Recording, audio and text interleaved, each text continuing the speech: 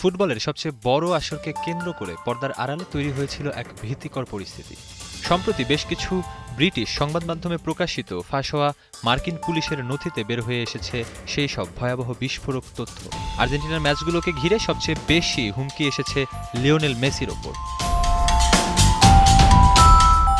জর্ডানের বিরুদ্ধে ম্যাচের আগে ডালাস বিমানবন্দরে ফোন করে এক অজ্ঞাত ব্যক্তি হুমকি দেয় দুজনকে সঙ্গে নিয়ে গ্রেনেড এবং AR-15 রাইফেল নিয়ে স্টেডিয়ামে হামলা চালানো হবে। পুলিশ ও খেলোয়াড়দের পাশাপাশি সরাসরি মেসিকে হত্যার হুমকি দেয় সেই হামলাকারী।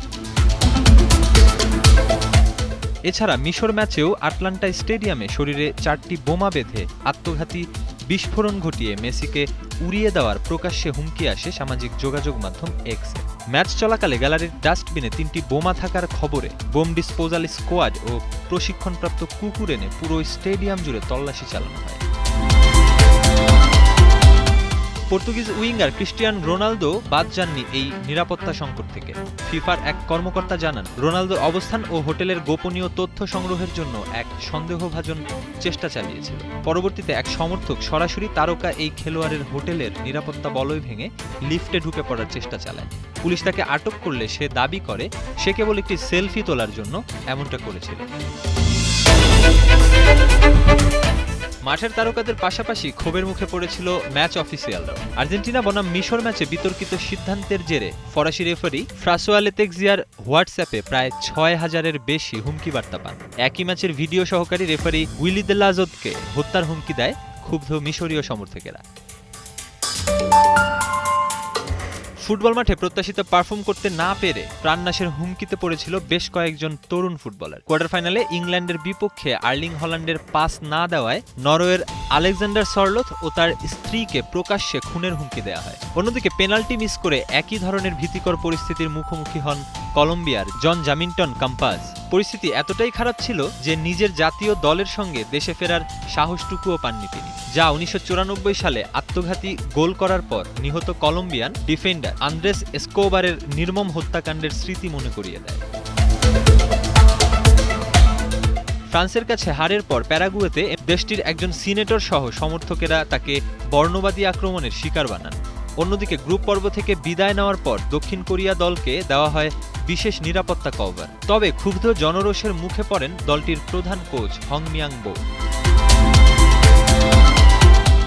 এমনকি মিডিয়া সেন্টারগুলোতেও দেখা দেয় বড় ধরনের নিরাপত্তাহীনতা। রেঞ্জ হাতে এক ব্যক্তি চিৎকার করতে করতে ইংল্যান্ড দলের গণমাধ্যম কেন্দ্রে ঢুকে পড়লে তৈরি হয় চরম আতঙ্ক। এই ঘটনার পর পুরো এলাকাটিকে একটি সুরক্ষিত দুর্গে পরিণত করা হয়।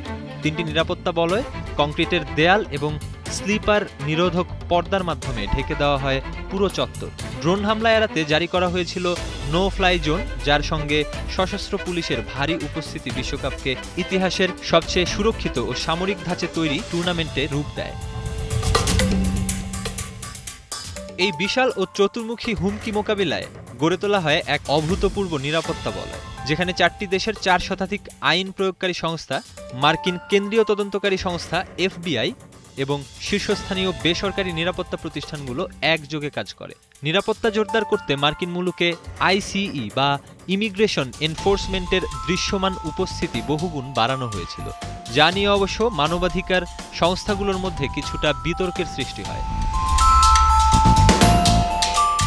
তবে FBI এবং স্থানীয় গোয়েন্দা সংস্থাগুলোর সার্বক্ষণিক কড়া নজরদারি, নিখুঁত স্টেডিয়াম লকডাউন ও কঠোর সতর্কতার সামনে দুষ্কৃতিকারীদের সব অপচেষ্টাই শেষ পর্যন্ত ভেস্তে যায়। বাস্তব কিংবা ভুয়া কোনো হুমকি মাঠে গড়াতে পারেনি।